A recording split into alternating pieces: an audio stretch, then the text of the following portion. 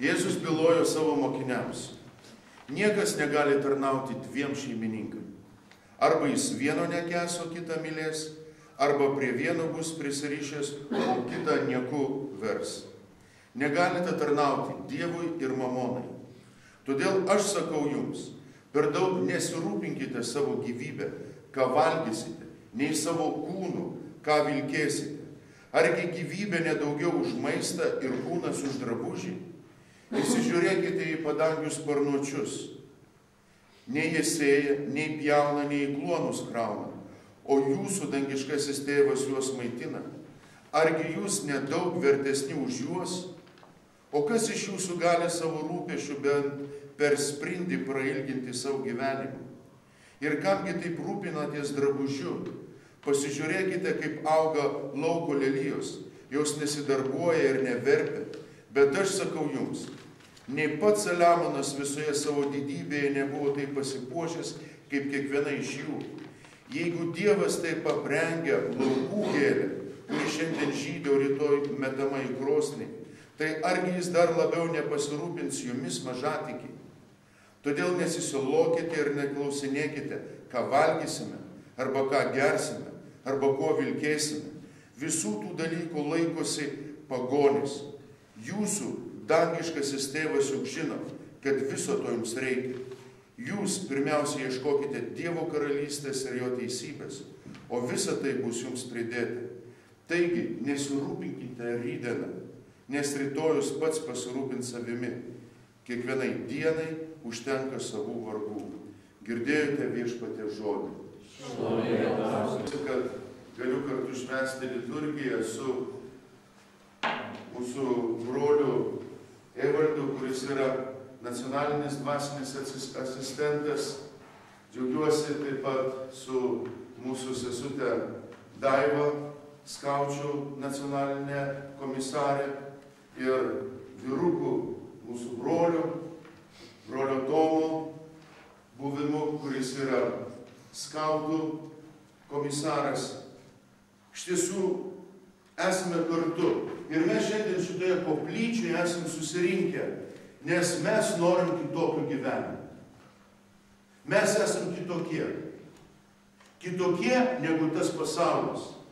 Ir Jėzus jau prieš 2000 metų sako: kamgi jūs rūpinatės drabužiu? Pasižiūrėkite į lauko lelijas. Aš žinau, kaip yra sunku mokyklose, kiek mes kalbam, pavyzdžiui, su jaunais vyrukais ir merginom. Iš tiesų, kiek to yra smurto, nepasitenkinimo, kada mes matome, vienas vienaip yra apsirengęs, kitas kitaip, mes norim geriau, kad nebūtum, nežinau, moliai kokie ar varguoliai.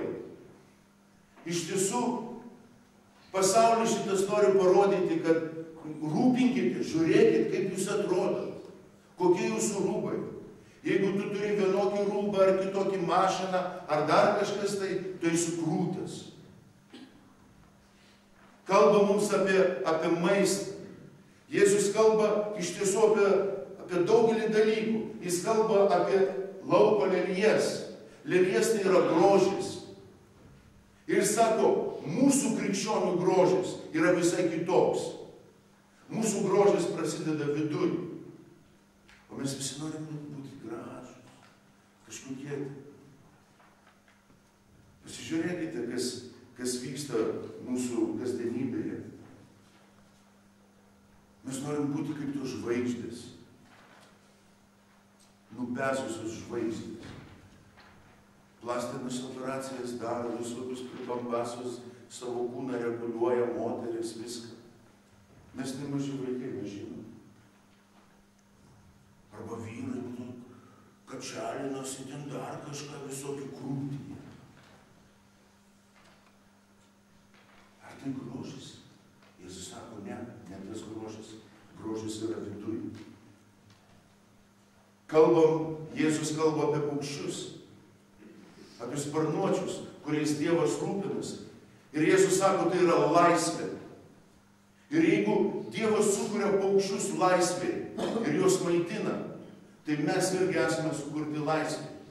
Ar laisvę rūkyti, ar laisvę vartoti narkotikus, Ar laisvą alaus išgerti, ar laisvą mikso išgerti. Esame krūti ir laisvi. Jėzus sako, aš duodu jums naują gyvenimą. Aš jums duodu kitokį gyvenimą. Ir tie, kurie esate šitame aukštutinėme kambarėje, šitoj koplyčiai, esate pašaukti gyventi naują gyvenimą. Ir tie, kurie ruošitės duoti įžodį, arba tie, kurie einate pasiruošimo keliu, jūs einate visai kitą gyvenimą. Ir ne veltui Baden-Powell, jis kalbėjo apie riterius, jis kalbėjo visai apie kitus vyrus, vaikinus. Ne tie, kurie yra kariškiai, kurie vien tik tai kare, mūšyje yra tvirti. Kai riteriai išeidavo iš miestų į mūšius, merginos, miesto damos, ką jūs darydavo? Per televiziją rodo, mojuoja ir laukia sugrįžtančių. Jos laimindavo savo miesto vyrus, laimindavo tuos, kurios myli.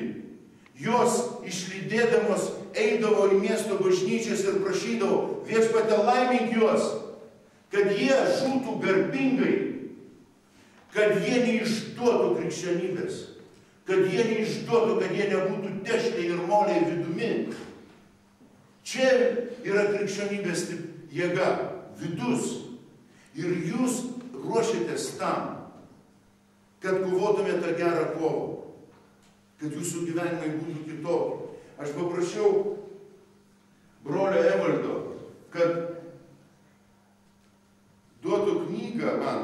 Ir aš noriu tik tai kelis dalykus paskaityti iš paskutinio laiško.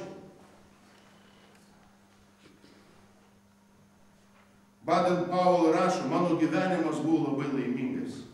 Ir aš norėčiau, kad kiekvieno iš jūsų gyvenimas būtų taip pat laimingas.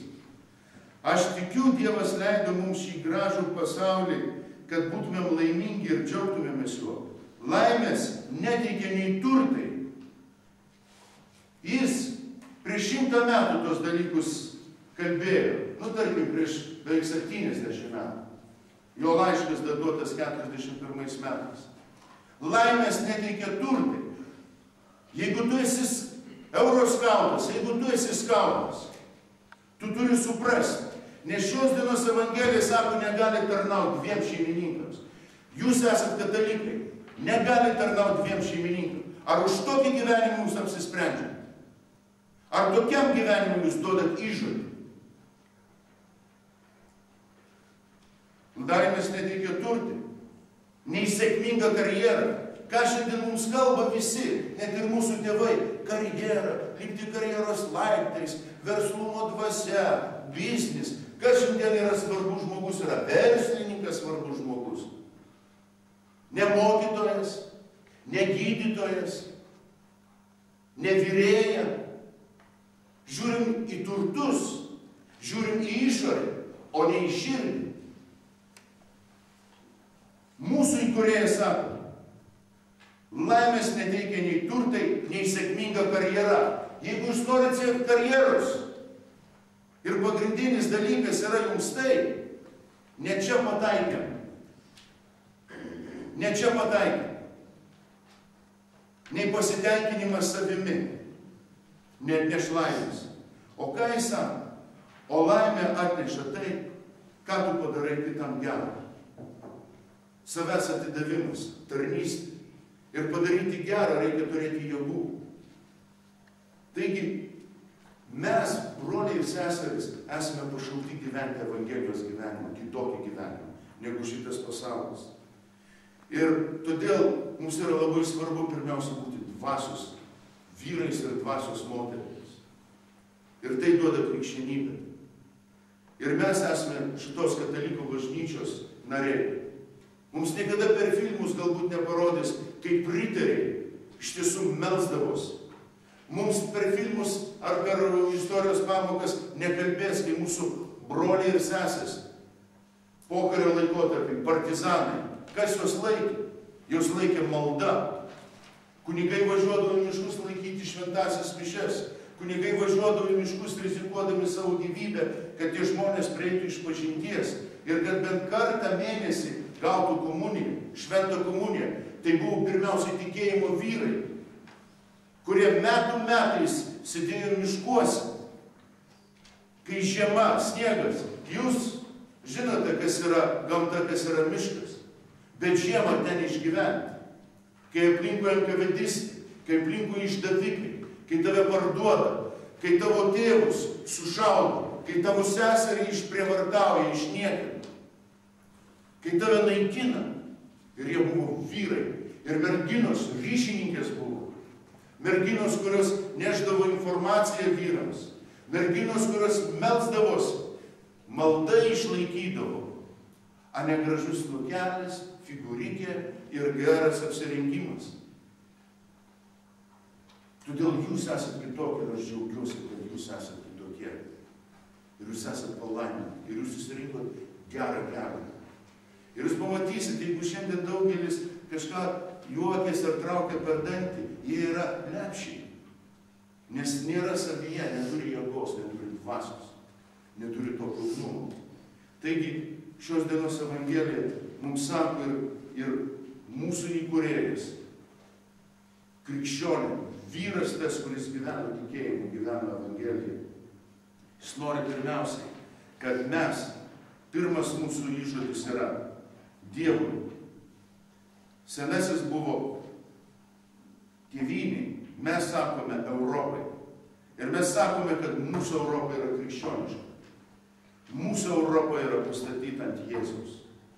Mūsų Europa yra pastatyta ant Evangelijos. Ir kitas dalykas, mano artimas.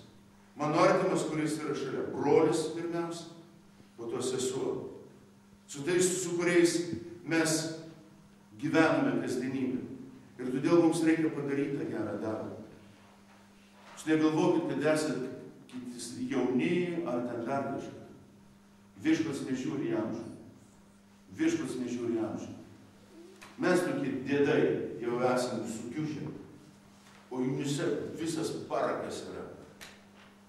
Ir todėl jūs šiandien dėkokite Dievui už tą kelią, už tą pašaukimą. Dėkokite Dievui, kad turite savo mokytojus, savo virskautus ir skautus.